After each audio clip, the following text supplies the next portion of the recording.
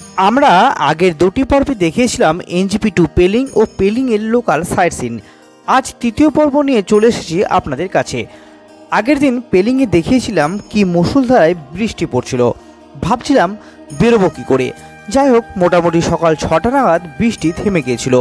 আমরা সকালের মধ্যে রেডি হয়ে অন্য এক রুটের সাইট সিনের জন্য গাড়ি বুক করে নিয়েছিলাম। গাড়ি ভাড়া পড়েছিল 2000 টাকা। আমরা গাড়ি নিয়ে রওনা দিলাম আমাদের গন্তব্যে। আমরা এসে পৌঁছালাম সিংসোর হ্যাঙ্গিং ব্রিজে।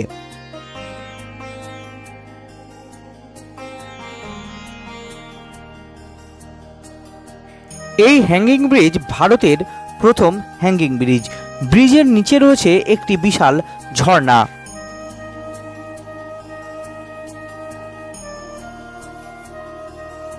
আমরা এখানে যখন পৌঁছেছি তখন চারিদিক ঘন কুয়াশায় ঢাকা।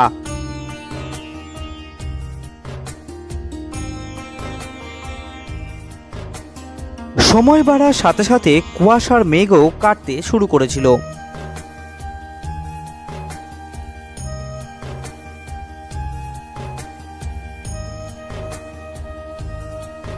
ব্রিজের পাশে একটি দোকান থেকে আমরা সকালের টিফিন সেরে নিয়েছিলাম। এরপর আমরা এসে পৌঁছলাম চাঙ্গি ওয়াটারফলসে, কিন্তু ছোট ছোট পাথর পড়ছিল উপর থেকে, তাই আমরা এখানে বেশিক্ষণ দাঁড়াতে পারিনি।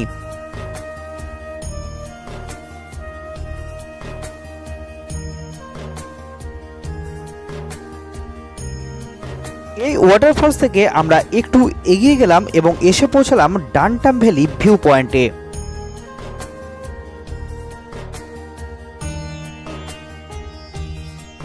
জায়গা থেকে নিচের শহরটাকে আপনি ভালো করে দেখতে পাবেন। এই তিনটে স্পট ঘুরে আমরা হোটেলে ফিরে এসেছিলাম। এরপর আমরা তারামা প্যালেসকে বিদায় জানিয়ে আবার রওনা হলাম রা বাংলার উদ্দেশ্যে।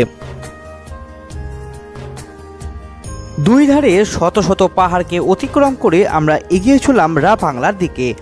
রা বাংলা যাবার রাস্তা বেশ কিছুটা খারাপ।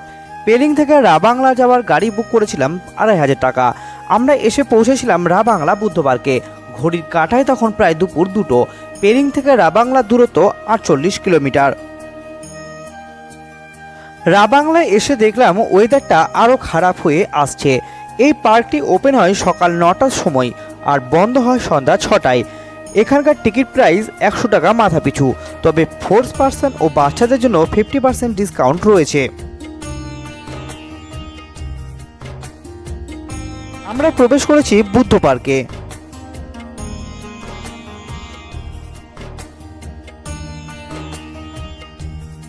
তবে পেলিং এর থেকে এই জায়গাটি বেশ ঠান্ডা। এত বড় পার্কটি আপনি যদি ভাবেন হেঁটে ঘুরবেন না, তাহলে আপনার জন্য ব্যাটারি চালিত গাড়িরও ব্যবস্থা রয়েছে। গাড়ি ভাড়া পড়ে মাথাপিছু 300 টাকা। একটা গাড়িতে 5 থেকে 6 জন যেতে পারবেন।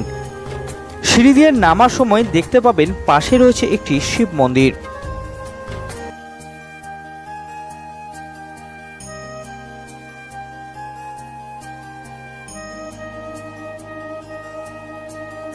ওয়েদার খারাপ হওয়ার জন্য জায়গাগুলো ভালো করে আপনাদের দেখাতে পারছি না, তার জন্য ক্ষমা চাইছি।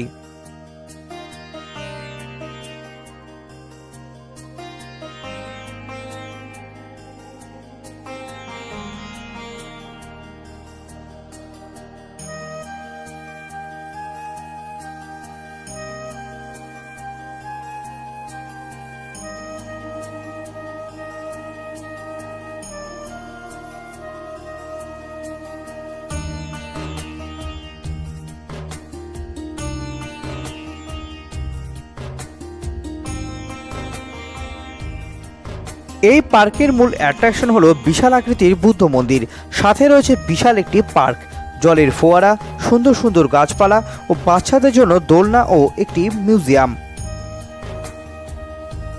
এই মূর্তিটির গায়ের কারুকার্য দেখে আপনি মুগ্ধ হবেন।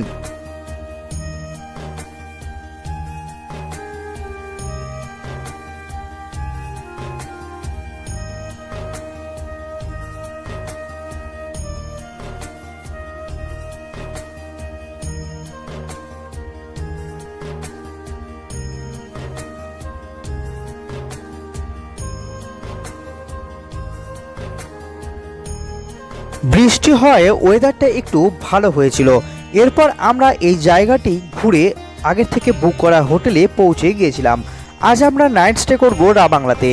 সময় বাড়ার সাথে সাথে এখানে ঠান্ডাও বাড়তে লাগলো। আজ তৃতীয় পার্ট এখানেই শেষ করলাম। নেক্সট শেষ পার্ট নামছি ডিটেলস ভিডিও নিয়ে হাজির হব আপনাদের সামনে।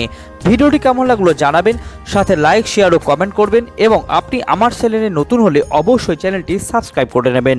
নমস্কার, ধন্যবাদ।